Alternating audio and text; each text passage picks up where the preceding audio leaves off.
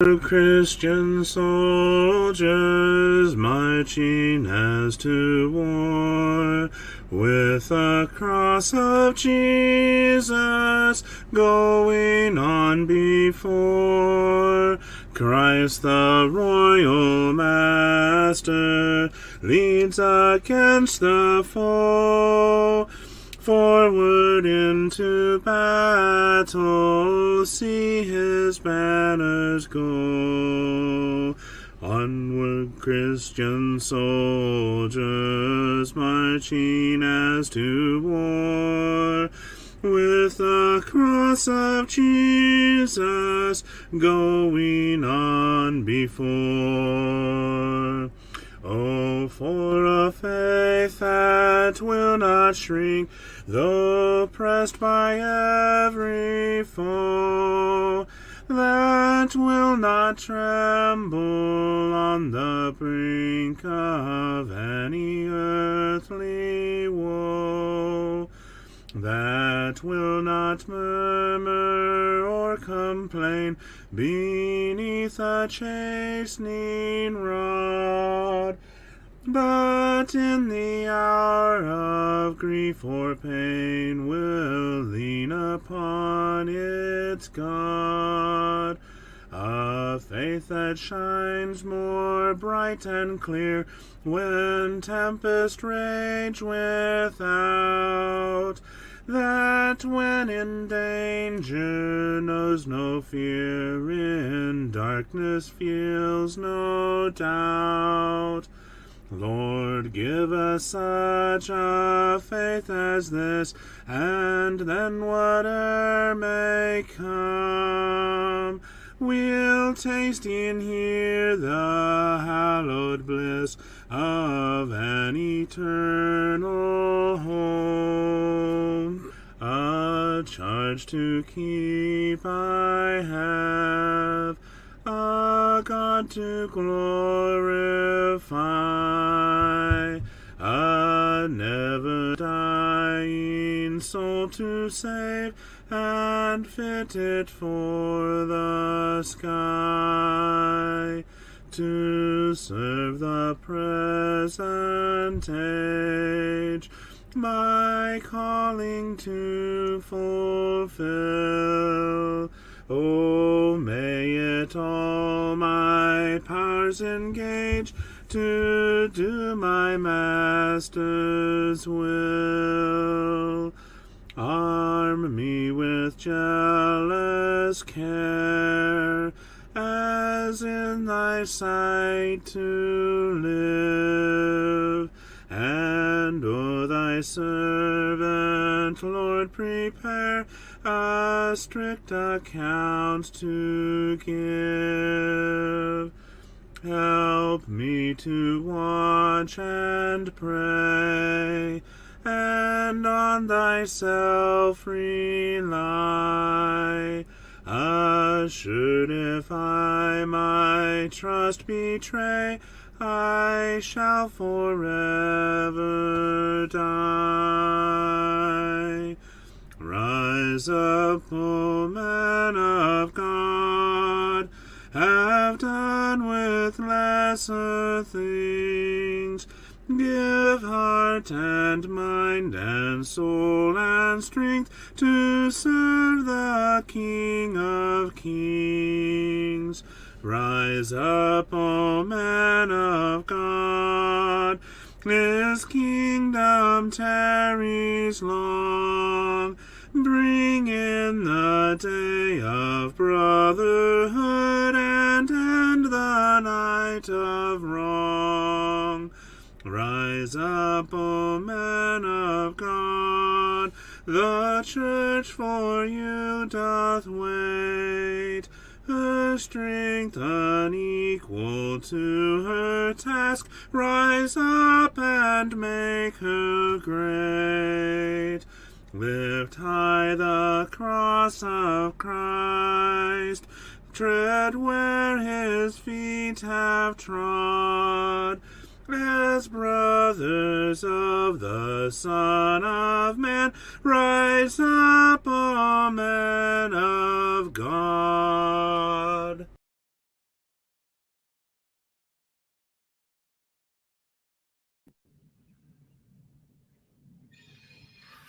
Good evening.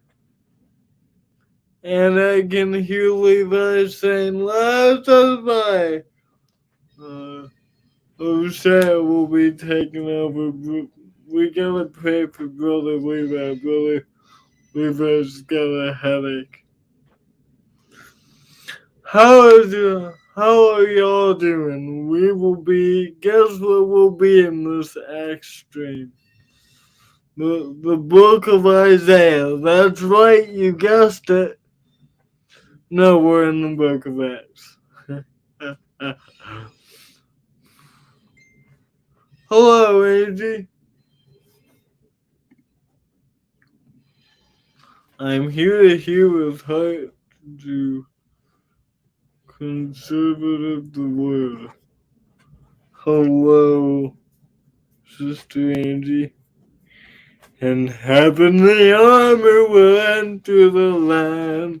The battle belongs to the Lord. No weapons are fashioned against us will stand. The battle belongs to the Lord, and we sing glory. Honor, power, and strength to the Lord. We sing glory. Honor, power, and strength to the Lord. When the power of darkness is In like a flood, the battle belongs to the Lord. He's raised up a standard of power, the Of his, power of his blood. The the battle battle belongs to the Lord, and we sing glory, honor, power, and strength to the Lord. We sing glory, honor, power, and strength to the Lord. When your enemy passes and hard, do not fear. The battle belongs to the Lord. Take courage, my friend, your Redemption redemption. is near. The The battle battle belongs belongs to to the God. Lord. And we sing Glory, honor, power, and strength to the Lord. We sing glory, honor, power, and strength to the Lord. Yeah, Hello, Sheriff. I know that one just enough by memory. We're, we're in chapter 15 tonight at the end, and I'm planning on getting into chapter 16 just a little bit. Not much, though. Not too much. Dad gave me his Bible, so we have all the cross references we need, just in case. Acts, Acts 15 details. I guess I can get this screen up. Acts 15 details the Jerusalem Council, and that all started with Paul Barnabas going back to Antioch of Cilicia, and there were men confusing the congregation there. And they said you have to be circumcised and keep you unless you are not circumcised according to the custom of Moses, verse 1, you cannot be saved. And the elders of that congregation see fit to send Paul and Barnabas down to Jerusalem to discuss this matter. And at Jerusalem, yes, we're at the end of 15 tonight, but I'm just reviewing real quickly.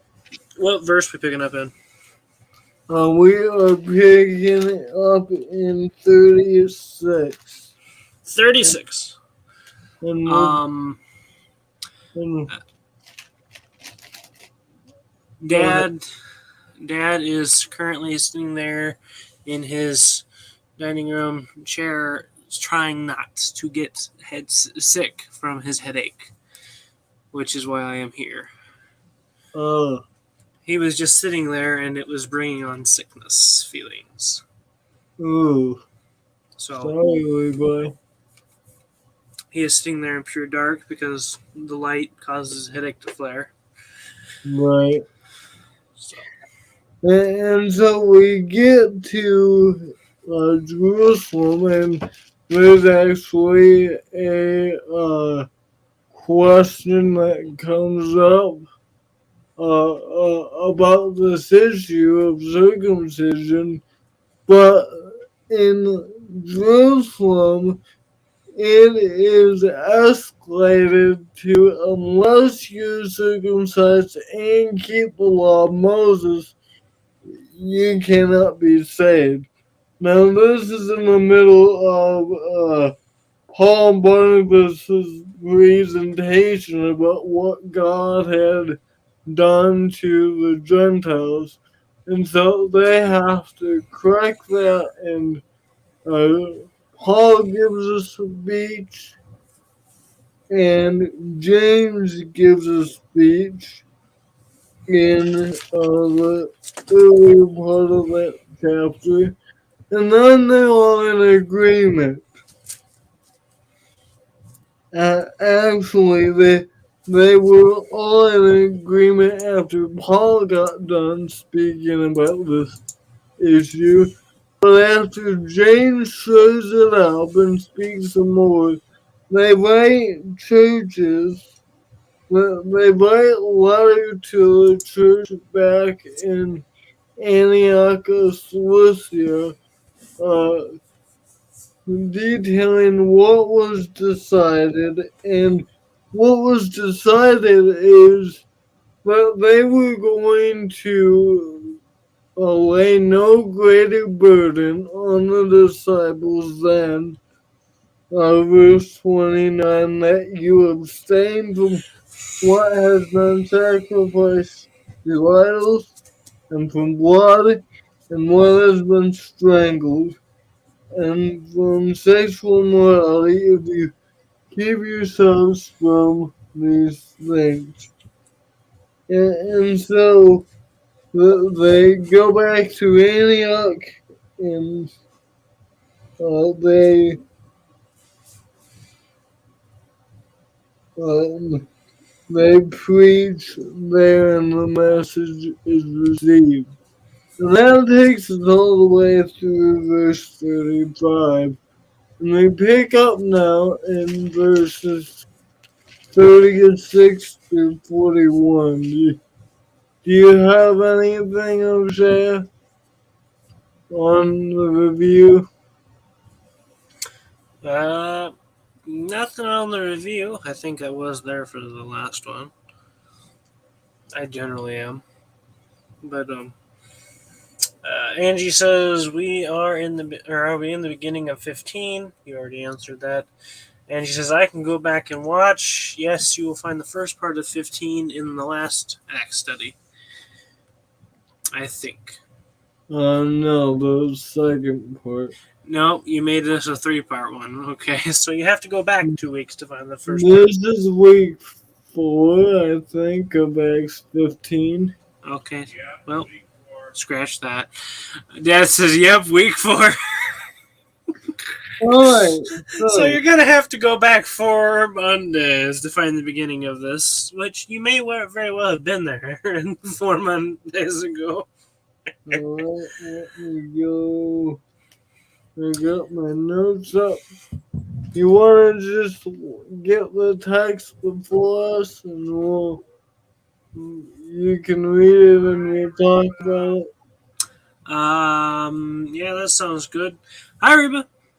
Dad says hi, Reba, as well. So Dad is moaning in the background loud enough for me to hear. Not moaning. It almost sounds like a moan coming through the door, but Angie says, "Wake up, Hosea. I wasn't sleeping. I was looking, pondering over what we have ahead of us."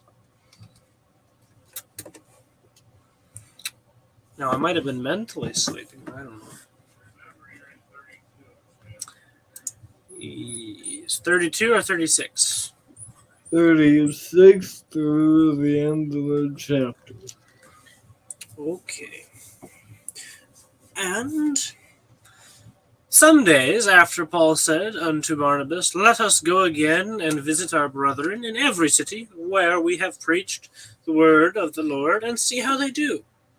And Barnabas determined to take with them John, whose surname was Mark. But Paul thought not good to take him with them, who departed from Pamphylia, and went not with them to the work. And the contention was so sharp between them that they departed asunder one from another. And so Barnabas took Mark and sailed unto Cyprus, and Paul chose Silas and departed, being recommended by the brethren unto the grace of God. And he went through Syria and Cilicia, confirming the churches. All right. Reba says hi, Rodoliva, I'm praying for you. And then she says hi, CJ and O'Shea. Dad says thank you, sister. Got any thoughts on this before I dig into my notes? Well, the first thing that kind of popped out at me when reading verse 36 was how Paul told Barnabas to go back again and basically check on everybody. We see here an example that they didn't just leave all of their new Christian buddies that they made alone. They came back on with them and checked on them and restoked their fires, you could say. They didn't just baptize them and leave. Well, that was their plan anyway. Yeah. It didn't exactly happen that way, as we find out. But Paul Barnabas in verse 36 planned to go to the cities that they previously preached the word to see how they're doing, and that's in verse 36. We see in 41 that Paul actually carried on with his plan, went on confirming the churches. That's right. So, and we know that they had previously done this in Lystra, Iconium, and Antioch in chapter 14 and verse 22. They had already done this once in High Craig and loop back around confirming and encouraging the churches and what is the reason they separated? We'll get to that. we're going to cover that one. Just a minute. Well, this We is got to let CJ give his moment. This is similar to what we have in chapter 14 and verse 22, where they go back and encourage the saints at Lystra and Iconium and Antioch after they are thrown out of, I think it was Derby. Let's see. 14 what? 1422. Alrighty. Dad says they went or wanted to go back. They cared for their brethren. That's right. Yes. Yeah, and after they were, this is after they departed the Lystra, and they did a similar thing in chapter 14. Now, in verse 37 and 38 of chapter 15, we have a disagreement. Paul wanted to take John Mark, who had previously deserted them in. Barnabas. Oh, yeah, that's what my notes say. That's Not John Mark. Barnabas wanted to take John. Verse Verse 37. 37. Barnabas wanted to take John Mark, who had previously departed, deserted them in their expedition to, in their first missionary journey. John Mark departed to Pamphylia. And this rises a sharp disagreement in verse 38. And this is interesting if you look at the different versions here. Verse 39. And the contention was so sharp between them that they departed asunder one from the other. So Barnabas took Mark and sailed unto Cyprus. And so we have here in verse 39 where the ESV says a sharp contention, the That they parted asunder. yeah,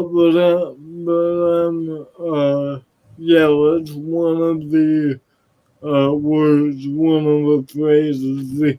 The ESV renders this a sharp disagreement. If you look at the NKJV, it says the contention became so sharp, and the ASV and the Young's Literal, uh, we see it says it's described as a sharp contention. And then in, whoops. So when you look at this word that's used, this phrase is one word in the Greek, and notice what this word means. Paroxysmos, incitement to do good or dispute in anger, contention, provoke unto. So this was a heated moment, heated discussion between Paul and Barnabas over whether or not they should take John Mark. So instead of going together like they planned in verse 30. They planned in verse 36. Now they decide to go separate ways. Barnabas took Mark and went to Cyprus, and Paul took with him Silas and went down to Syria and Cilicia. We read that in verse 39. Before I say more about that, is there any thoughts on Acts 13:13? What does that say?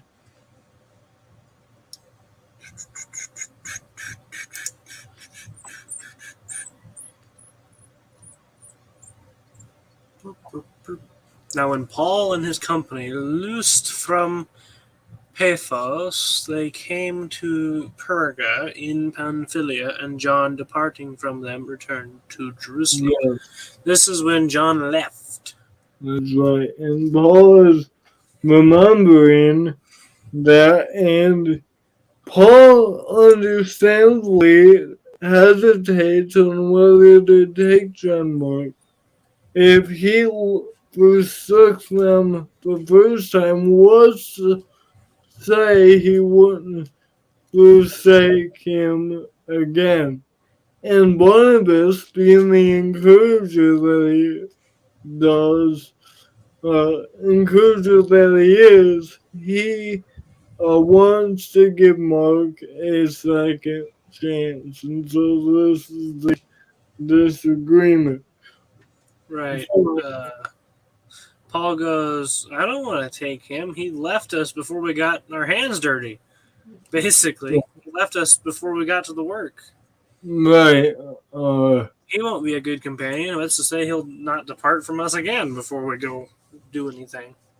And so this leads to Paul taking Silas, and he went to Syria. Uh, sorry. Barnabas took Mark and went to Cyprus, and Paul took with him Silas and went to Syria and Cilicia. And so now you have two groups, and Jerusalem was the starting point, and you have Paul, Barnabas, and Mark going to Cyprus again, and you have Paul and Silas going to Syria and Cilicia. Those are where they're going. And so something good happened from this agreement. And where were they at?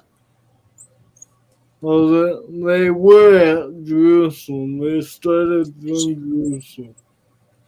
Okay. That's the Just black, the black circle here. Mm-hmm. And so in verse 40, it says, and Shea brought this up, uh, in verse 40 it says, uh, and he went throughout Syria and Cilicia, confirming the churches. That's Paul and Silas. Something good happened from this disagreement. The Right. gospel was spread farther, and two teams were formed. And this shows that even in our moments of weakness and disagreement with our brothers, God can use it for His glory. So Did originally, did they ever get back together? uh, I and can't remember. I think at some point they meet up together at um And notice Paul chose Silas and departed, being recommended by the brethren under the grace of God. So the brethren there recommended that Paul take Silas. that's right. It was a recommendation, not just Paul hastily going out. You, come here, come with me. I think they come back together in the search the word Barnabas in each word. All right. While I do that, you want to address Sam's comments real Yeah. quick? Uh, It's good to keep up on those.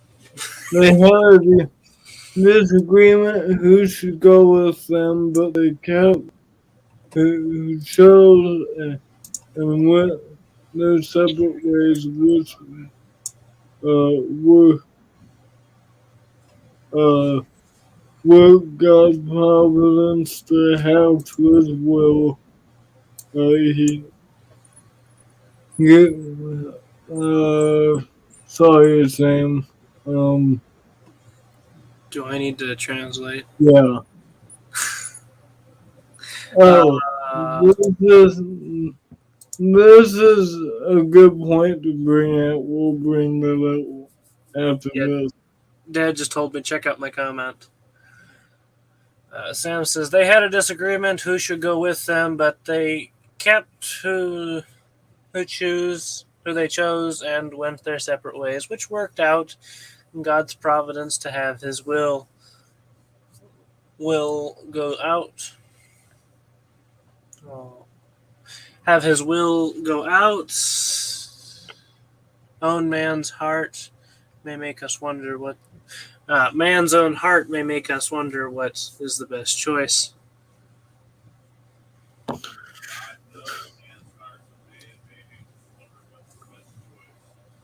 Yes, God knows man's heart. And then Sam says, but later Paul received him and welcomed him back in Right. the cause of the gospel. Colossians 10 or 4:10. Was that Aristarchus? Aristarchus, my fellow prisoner, sends you greetings. So Paul quotes that, and that's where Dad directs us as well. So That's right. I guess we're E- heading to Corinthians or e- Colossians. Even though they separated, these passages show that they rebuilt the relationship and Paul rebuilt trust with Mark. Colossians 4:10. Aristarchus, my fellow prisoner, saluteth you, and Marcus' sister's son, to Barnabas, touching whom ye received commandments. If he come unto you, receive him. 2 Timothy 4:11. By the way, we also learn from Colossians 4 and verse 11. What relation does Mark have to Barnabas?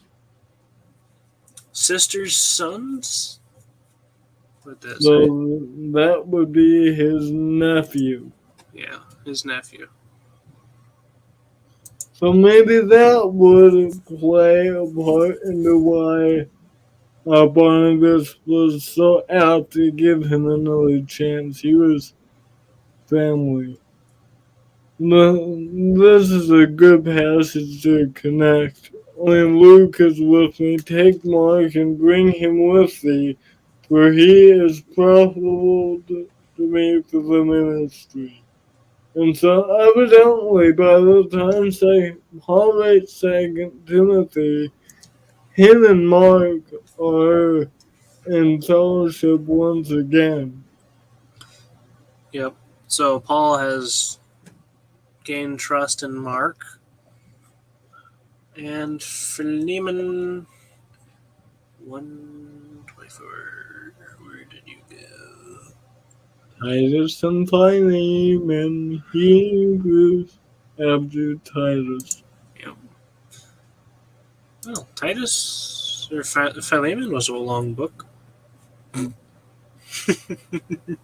But after this, we could pause more if y'all have any more comments on 15. That's all I got on 15. Marcus, Aristarchus, Demas, Lucas, my fellow laborers. And so that's a good point. The relationship was mended, and later in Paul's life, uh, Mark is useful to him. He's a fellow laborer in the kingdom. Right. And so, So this when, go ahead. this goes to show that they did not let disputes totally ruin their friendship. That's right. Angie says, "Don't confuse me by jumping ahead." Well, we hope that wasn't confusing, but there's no guarantee.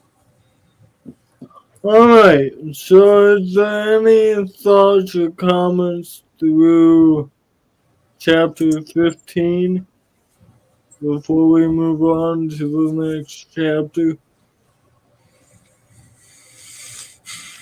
Well, I think we covered these.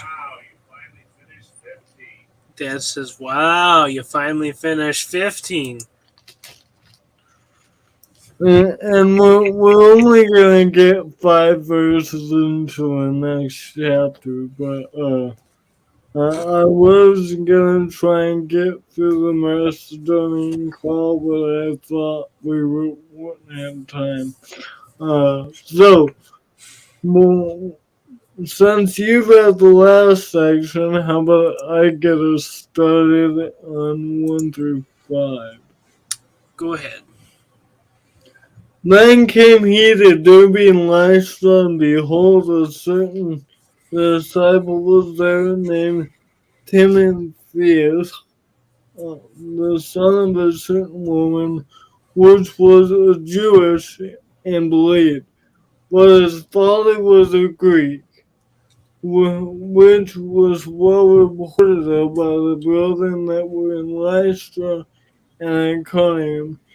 Him would Paul had to go forth with him, and took and circumcised him because of the Jews which are in those quarters, for they knew all that his for they knew all that his father was a Greek. And as soon as they went through the cities, they delivered them the decrees for to keep that were ordained of the apostles and elders which were at Jerusalem, and so were the churches established in the faith and increased in number daily. So in I chapter, wonder who this Timotheus is. who is this Timotheus? It's what we know as Timothy. If you look at the ESV, ASV, pretty much any other version of the King James, it says Timothy. I think. Yes, those other two did. Well, That's funny how the KJV used the more Greek version of the name, the more Latin sounding one, Timotheus. that's right. Uh, go. There's just so many names in there that sound so old-fashioned. You know, what we think is it, Roman. it's interesting that you have another place where this is done with the name Silas. I believe it is in First Timothy where he is called Salvanus, our beloved brother. Uh, just another variation of his name. First, maybe it's Second Timothy 1. Hmm.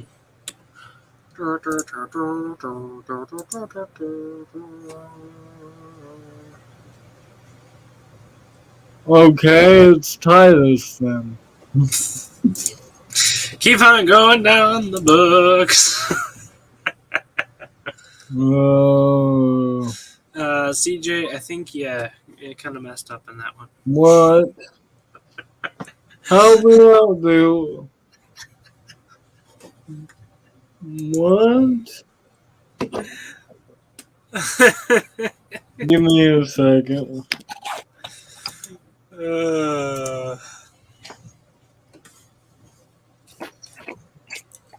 so this is where we are introduced to Timothy. Timothy. Ah, Paul's. First Thessalonians 1. You are just a little off. First Thessalonians 1. Yes, Paul, Sylvanus. Paul and Sylvanus and Timotheus, and unto the church of the Thessalonians, and so it's not uncommon for this to be done, is my point. They try to Uh, make it sound noble, I guess. Of Latin origin, Sylvanus, a Christian. Uh, And so in verse 1, we have Paul coming into Derby and Lystra. Paul and Silas come to Derby and Lystra. If you remember from chapter 14, 8 through 18, Paul and Barnabas went to these cities on their first missionary journey. You can read about that in chapter 14, 8 through 18, and also 19 through 21. And it says they found a certain disciple there, and he was the son of a Jewish mother, but his father was a Greek. And this will play into what we're going to read later on in the text, because what ends up happening is Timothy gets circumcised. 2 Timothy 1:5. I was wondering about that because Paul already calls him a certain disciple when they met.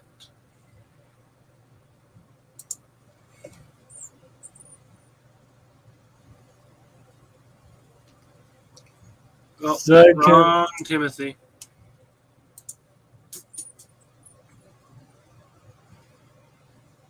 When I call to remembrance the unfeigned faith that is in thee, which dwelt first in thy grandmother, Lois, and thy mother Eunice, and I am persuaded that in thee also. So we have his mother's name right here, and his grandmother's name. yeah, Eunice. And so, uh, he was likely, that would likely make him a Christian already because he was raised in the a Christian household. Well, Right. that's why we don't read of his conversion here, and it is a certain disciple there. Uh, So he was already of the faith, already converted, because, like Paul says in 2 Timothy, his grandmother and his mother taught him the faith. right. And it's interesting. Oh, Dad says, remember, Paul's coming back after several years. So he's already been through here. That's right. With Barnabas, uh, first missionary journey. So he's coming back. Ah,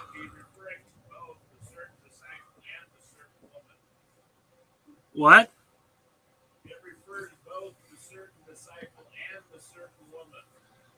That's right. So these are both well-known people. Right. Right? The And son of this, a certain woman, of a certain woman. that's right. So they're And, both. and so obviously, Paul knew of the faith of his mother Eunice. If Uh, I can interject here a moment, Go ahead. the phrasing there, the son of a certain woman, which was a Jewess and believed, that's referring to Eunice. The disciple is already inherently believing. Oh, That's contained within the word disciple. The certain woman, Eunice, was a Jewess and she believed. So we see that Timothy, when you put it with 2 Timothy chapter 1, verse 5, learned his faith at the knees of his grandmother Lois and his mother Eunice, That's right. yeah. and not his father, who was a Greek, but he was known, and his father was known to be a Greek by all in Derbe and Lystra. Mhm. Right. And his father's name is never listed, is it? No, it's not. But the reason he had to be circumcised was because, Right, the reputation of his father. right. Right, and I'm gonna touch on that in just a second. All right, I've got to go lay down, so I'm going to call it a night. Thank you guys for stepping in, and Well, keep working. what? You rest well. So, The, I just had something. Oh, as we say, Paul nipped any contention that might have arose in the bud when he circumcised Timothy. that's right. Which is interesting because at first glance, when you read in verse 3, you know, him would Paul have to go forth with him and took and circumcised him because of the Jews which are in those quarters, so they knew all that his father was a Greek. Wait a minute, what just happened in chapter 15? This chapter is coming right off the heels of a chapter in which the uh, Jerusalem Council says you don't need to be circumcised anymore or keep the law of Moses. That was the whole discussion, and everyone was in agreement. So, at first glance, this seems almost hypocritical. Coming off the heels of deciding circumcision is not necessary. But a couple of things to consider. He is a well-known Greek, and notice the reason why he is circumcised.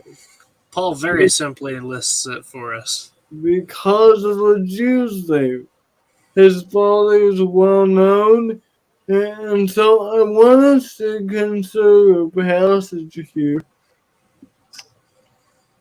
in 1 Corinthians 9:19 through 22. For though I am free of all men, I made myself a servant of all that I may win the more.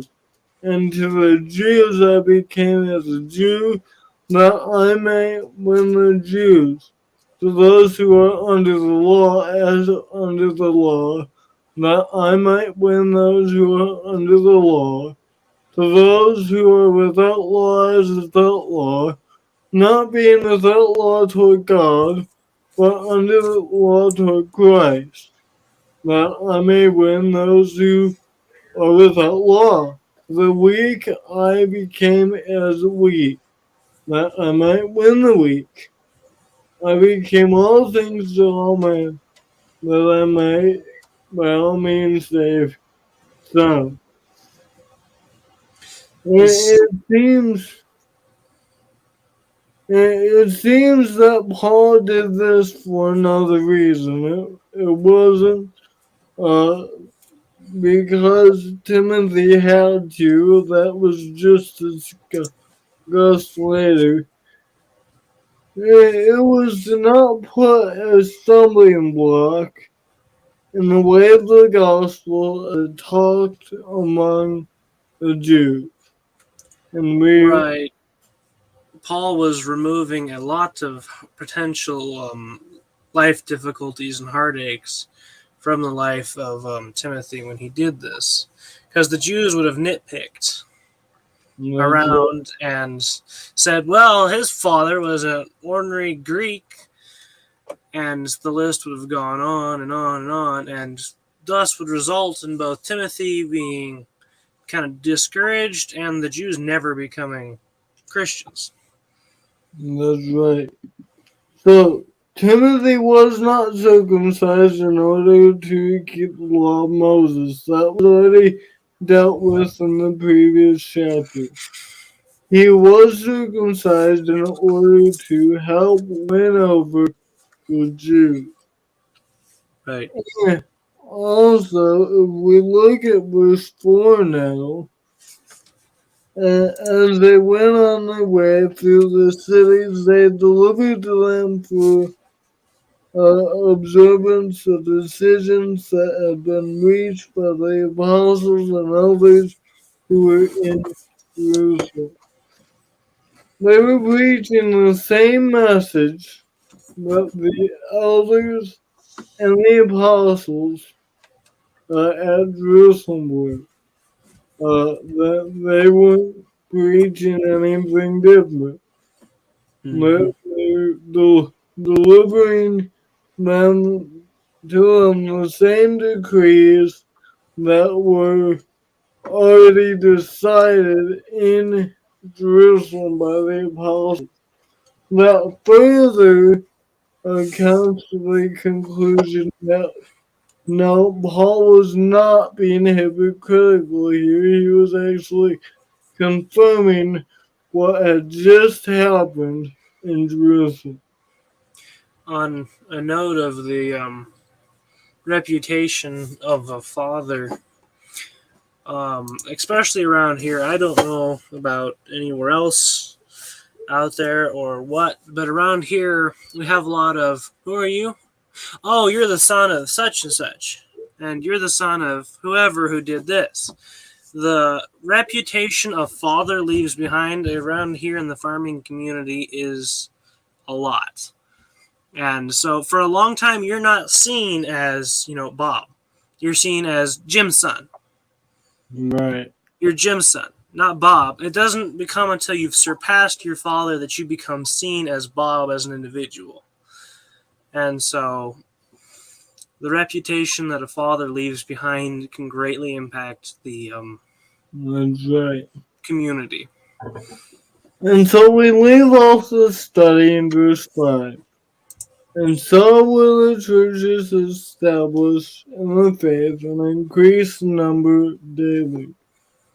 As a result of this preaching, assemblies were established in the faith and abounding in number. We read a similar statement in Acts chapter 2 and verse 47. Praising God and having favor with all the people, and the Lord added to the church daily those who were being saved. The church is abounding in number, and the church will continue as long as their preachers faithful to the text. And that takes us through verse 5. Anybody got anything else? Hosea? I always thought it neat how Paul sort of took Timothy under his wing, in Timothy's letters, he calls him his son son in the faith. That's right. Paul came through and kind of helped raise and be a father figure to Timothy. That's right. Yeah, they have this special bond for sure. Alright, any questions or comments in the audience before we wrap up?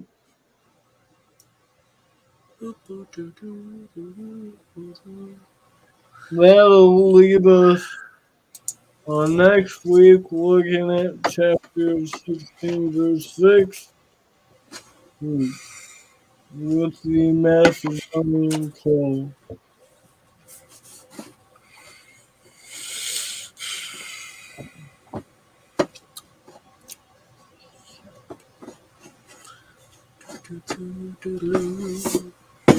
What should we do as a song?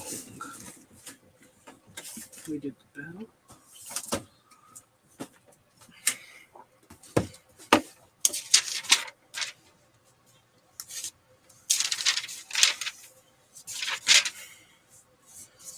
I think that was a good study. It was a good study.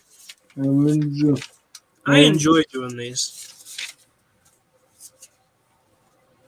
Do you know I'll fill my cup? Is that one the come fill my cup, let it overfill? No. Give me a moment because this songbook actually does have a sampling of the older camp songs in it.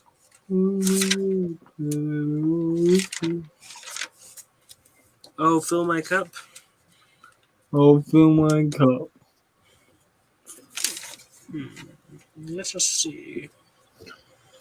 I would like to invite y'all to tomorrow night. Me and John Axum are going to be doing a debate review of the debate I had in December with Tammy Rogers. It should be a good study.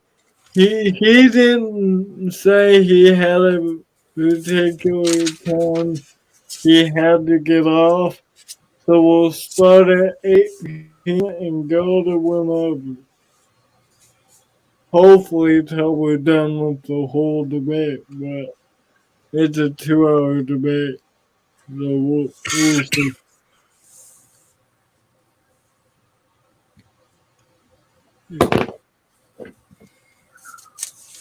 Open my cup, let it overflow. Open my cup, let it overflow. Open my cup, let it overflow. Let it overflow with love. Amazing grace, I was with the sun. Let's take the rest like me.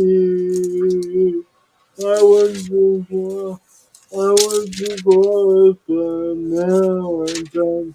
Was blind, but now I see. When we've been there 10,000 years, we're shining as the sun. You know it's there to sing God's praise. And when we both begun, open my cup, let it overflow. Open my cup, let it overflow. Open my cup, let it overflow. Let it overflow with love. Amen. You know there is a balm in Gilead? Yeah, but I would have to get my own songbook, and I don't feel like it. Well, let's see if I can.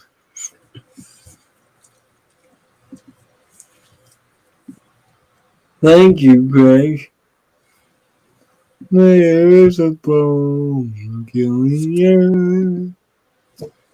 That'll be our last song. Mm-hmm. There. And this is one of the slave songs that they would sing during their Bible worships and while they were working. Okay, hold on.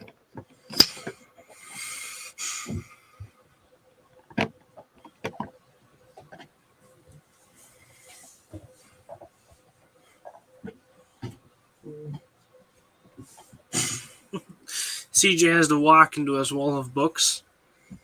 I know, right? He slowly just faded away into knowledge on trees. Oh, Some might even say he became stocky.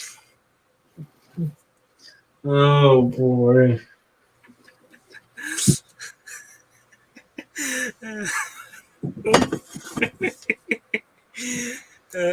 He just loves those jokes. It's just ecstatic about him. Yeah. Fun Monday. What? Fun Monday.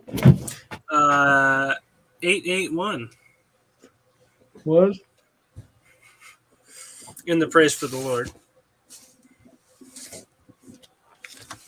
Fun Monday. Hooray. Fun Monday. I thought you said what number? No, Fun Monday. Oh, Fun Monday. Okay. Yeah, see, I told you this is just terrible quality earbud. It got broke. It did. Invisible.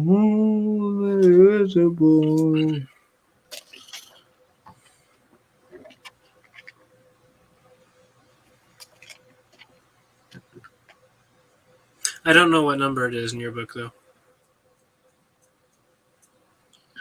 Is it there's a bomb or there is? There is a bomb.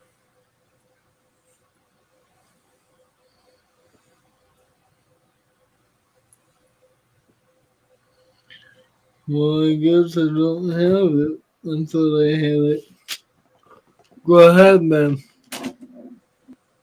Reba says, "Did you get it at Five Below?" Yeah, No, I got it at the dollar store for $5. But two for $5, so that's $1.50 for an earbud. No, 2.50. go ahead, brother. There is a balm in Gilead to make the wounded whole. There is a balm in Gilead to heal the sin-sick soul.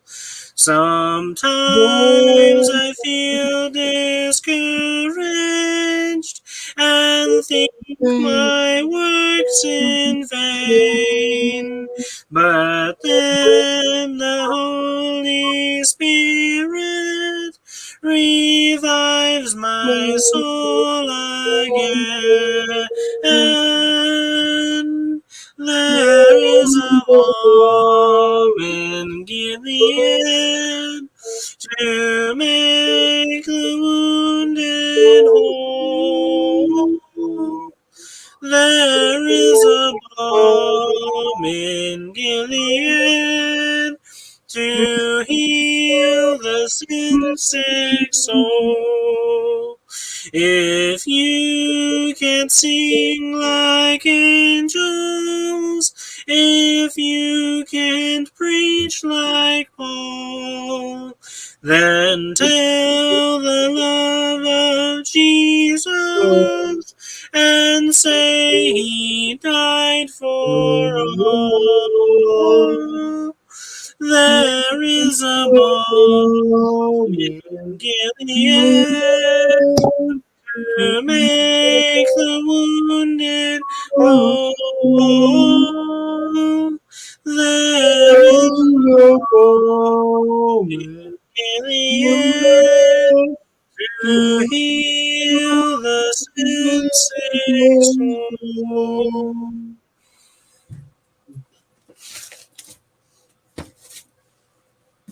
All right.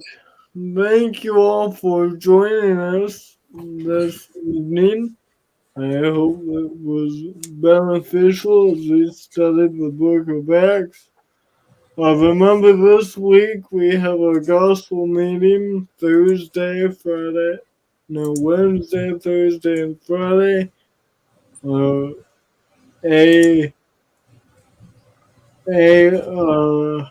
promo for that will be coming soon. Yeah, that's all I'm giving promise. It'll be coming soon. No guarantee on when. Never. And On Thursday afternoon, before our second lesson, I will be preaching on the importance of blood. That'll be a topic for public times. Hope you can join me as we look at the theme of blood through the Bible, and the importance of it runs all the way from the Old Testament to the New, and I hope I can show that effectively as we study them. And then on Saturday night, we'll be in Romans chapter 10, starting that chapter. We're getting down to the wire. There's only 16 chapters, and we're in chapter 10. So we should finish up that study here in a couple weeks. But thank you all for being here, and Lord willing, we'll see you all next week. Tomorrow, not next week. I'm used to saying that for God's answers. Thank you all for being here, and remember at CEM we want to do three things. We want to glorify God, we want to edify you, the saints, and we want to answer any spiritual questions you may have. Thank you all, and God bless. It was certainly a fun and, in my side of things, edifying night. Amen. Reba said she had an edifying night, and we're glad to hear that, sister. You have a blessed night.